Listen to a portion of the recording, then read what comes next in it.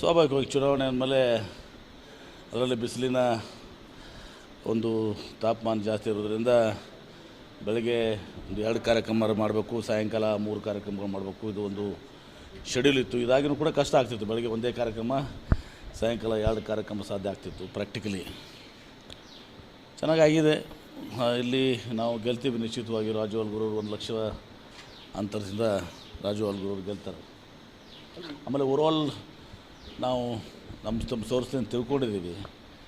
ಈ 14 ಸೀಟ್ರಲ್ಲಿ ಇವತ್ತೊಂದು ದಿವಸ ಕನಿಷ್ಠ ಪಕ್ಷ ನಾವು 10-11 ಸೀಟ್ಸ್ಗಳನ್ನ ನಾವು ಗೆಲ್ತೀವಿ. ರಾಜ್ಯದಲ್ಲಿ ಎಷ್ಟಾಗುತ್ತೆ? ರಾಜ್ಯದಲ್ಲಿ ಒಂದು 19-20 ಆಗ್ತದೆ ನಮಗೆ. ಈ ಬಾರಿ ಗೆಲುವಿನ ಗುಟ್ಟೇನಿರುತ್ತೆ? ಈ ಬಾರು ಗೆಲುವು ವಿಶೇಷವಾಗಿ 10 ವರ್ಷ ಮೋದಿಯವರ ಸುಳ್ಳು. ಅವರು ಭರವಸೆಗಳೇನು ಕೊಟ್ಟಿದ್ದಾರೆ, ಬರೀ ಭರವಸೆಗಳೇ ಆಗಿದ್ದಾವೆ. ಅಚ್ಚೇ ದಿನ ಬಂದಿಲ್ಲ, ಜನಕ್ಕೆ ಉದ್ಯೋಗ ಸಿಕ್ಕಿಲ್ಲ, ಬೆಲೆ ಏರಿಕೆ ನಿಯಂತ್ರಣ ಆಗಿಲ್ಲ.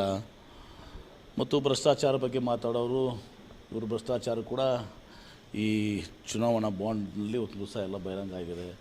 ಹೀಗಾಗಿ ಮೋದಿಯವರ ಏನು ಅದು 19ರ ವೇವ್ ಇತ್ತು, ಆವಾಗ ಪುಲ್ವಾಮಾ ರಾಷ್ಟ್ರೀಯತೆ ಬಗ್ಗೆ ಜನರು ಮತ ಹಾಕಿದ್ರು.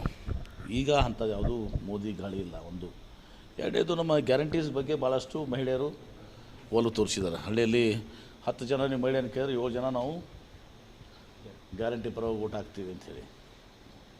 ಅದೇ ಬಾರಿ ಇದೆಲ್ಲ ಕೂಡಿ ಸಂಘಟಿತವಾಗಿ ಪ್ರಯತ್ನ ಆಗಿದೆ. ಎಲ್ಲ ಕಡೆ BJP ಒಡೆದ ಮನೆ ಆಗಿತ್ತು. ನಾವೆಲ್ಲ ಸಂಘಟಿತವಾಗಿ ಪ್ರಯತ್ನ ಮಾಡಿದ್ದೀವಿ.